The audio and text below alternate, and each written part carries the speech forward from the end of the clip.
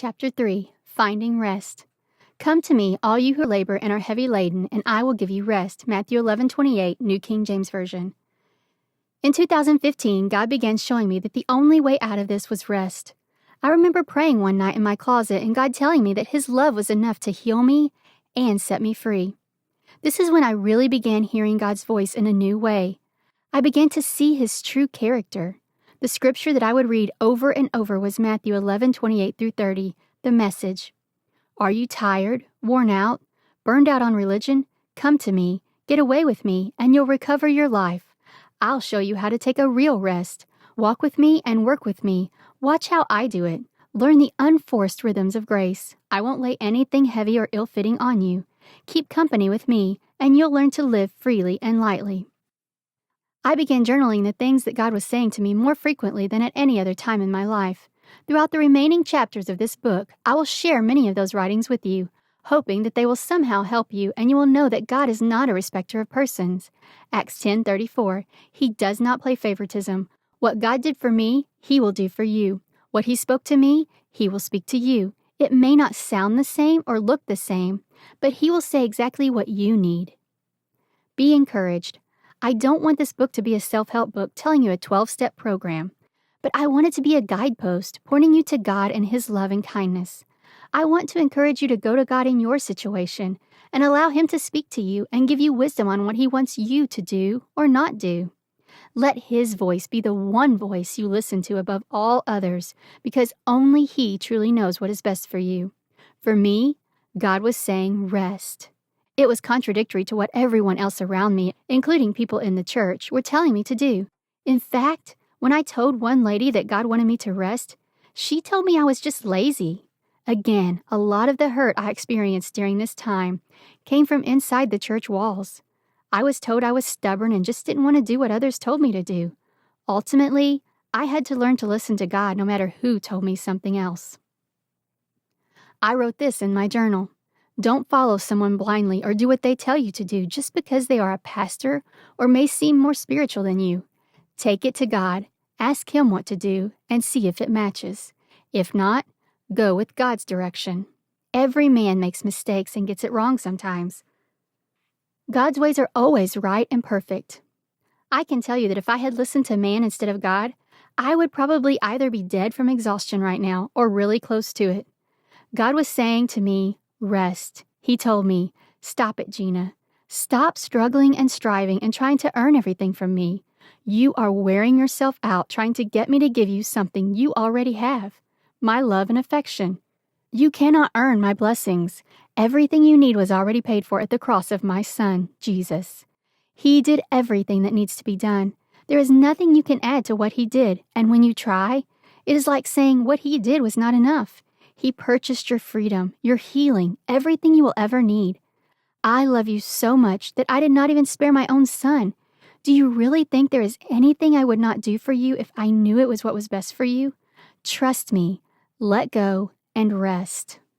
Learning how God defines rest. Rest? What even did rest mean or look like?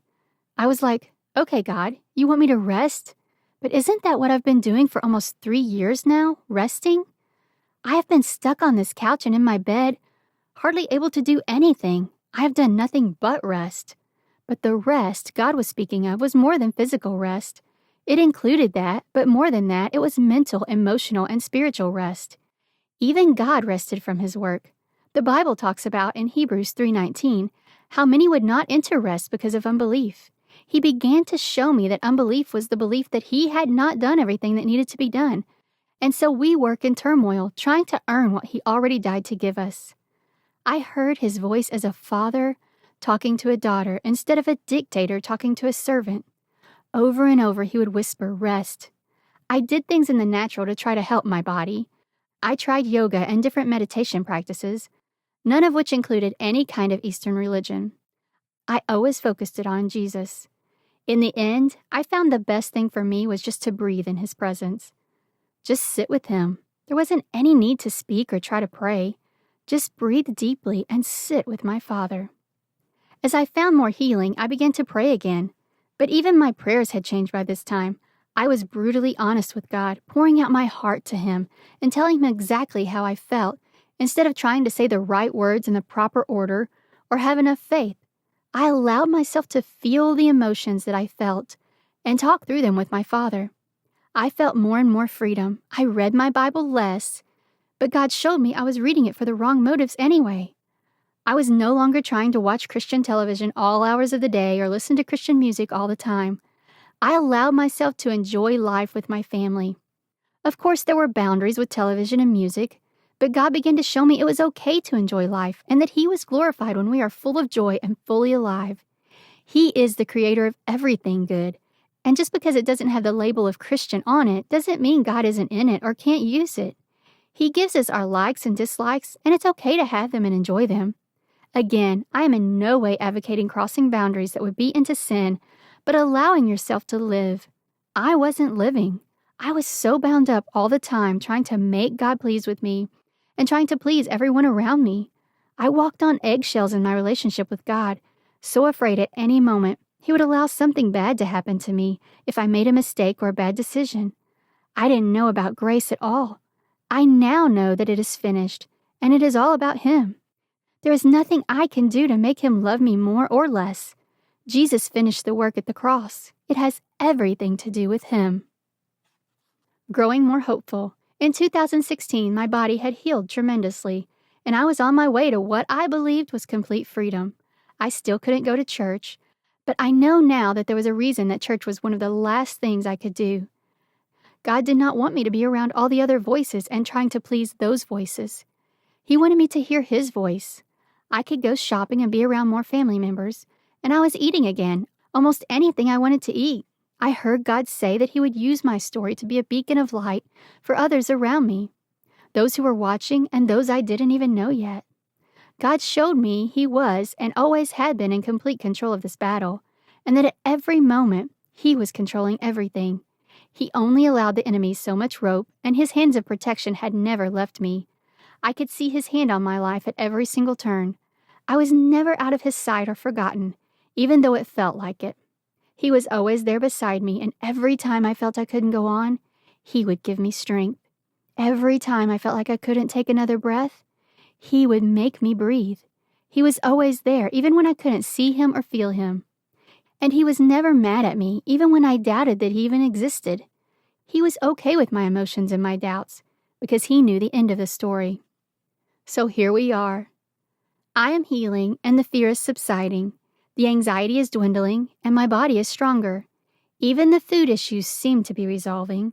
And then, March 2017 came. The following are a few of my journal entries from this time.